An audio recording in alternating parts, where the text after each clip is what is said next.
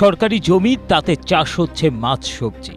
সরকারি জমিকে ব্যক্তিগত বানিয়ে কর্মচারীরা প্রায় 1 একর জমিতে ধান ও সবজি চাষ করে ব্যক্তিগতভাবে লাভবান হচ্ছেন। সেখানে প্রতি মৌসুমে কমপক্ষে 200 মণ ধান উৎপাদিত হয়, তার সঙ্গে চলে পুকুরে মাছ চাষ।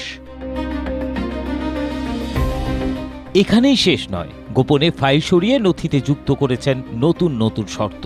ফাইলের স্বাক্ষর জালিয়াতি করতেও ছাড়েননি তারা। আর এসব গুরুতর অনিয়মের অভিযোগ উঠেছে ময়মনসিংহের Titas gas transmission and distribution company লিমিটেডের কার্যালয়ের বিরুদ্ধে। তিতাসে চাকরি করে যারা করে হেরাই করতেছে, হেরাই করে ধরে খাইতেছে, বেচতেছে, সবাই হেরা মিলামিশা করতেছে, পরে আবার ওই দান করতেছে, মাছ চারতেছে, ভুট্টা করতেছে। বসুন্ধরা কিংবা জলসিঁড়িতে অ্যাপার্টমেন্ট কিনুন ভাইয়া হাউজিং থেকে।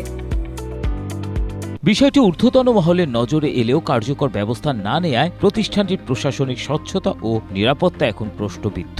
সরকারি জমি ব্যক্তিগত ব্যবহারের বিষয় জানতে চাইলে এসব নিয়ে ক্যামেরার সামনে কথা বলেননি Titas gas transmission and distribution ময়মনসিংহের উপমহাব্যবস্থাপক প্রকৌশলী মোহাম্মদ শেখ মঞ্জুর আহমেদ। তিনি শুধু অবৈধ গ্যাস সংযোগ নিয়ে নিয়মের কথাই শোনান। যে আমরা যে কোনো সোর্সের মাধ্যমে যদি জানতে পারি যে কোথাও অবৈধ লাইন আছে বা কেউ অবৈধ লাইন ব্যবহার করতেছে, তাহলে আমরা আমাদের প্রতিষ্ঠানের যে নিয়ম মোতাবেক আমরা আমাদের কর্মকর্তা এবং একটা টিম পাঠাই। সেই টিমটা যদি সরেজমিনে দেখে যে হ্যাঁ সেখানে কোনো অবৈধ লাইন পাওয়া গিয়েছে, তা আমরা তাৎক্ষণিকভাবে আমরা প্রয়োজনীয় ব্যবস্থা গ্রহণ করি। যদি কোনো অফিসের কোনো কর্মকর্তা এবং বা কর্মচারী এই অবৈধ লাইনের সাথে যদি তারা জড়িত থাকে, তাহলে আমরা আমাদের অফিসের নিয়ম মোতাবেক তাদের বিরুদ্ধে প্রয়োজনীয় ব্যবস্থা গ্রহণ করি। এদিকে তিতাসের এই কার্যালয়ে ঘটে আরও তেলেস্পাতি ঘটনা। তিতাস কার্যালয় থেকে গোপনে সরকারি ফাইল বাইরে নিয়ে গিয়ে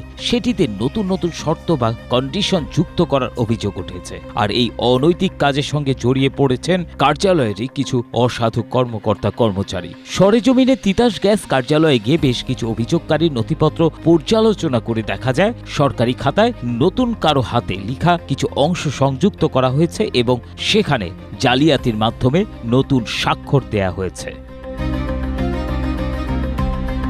ডেস্ক রিপোর্ট, এশিয়া পোস্ট।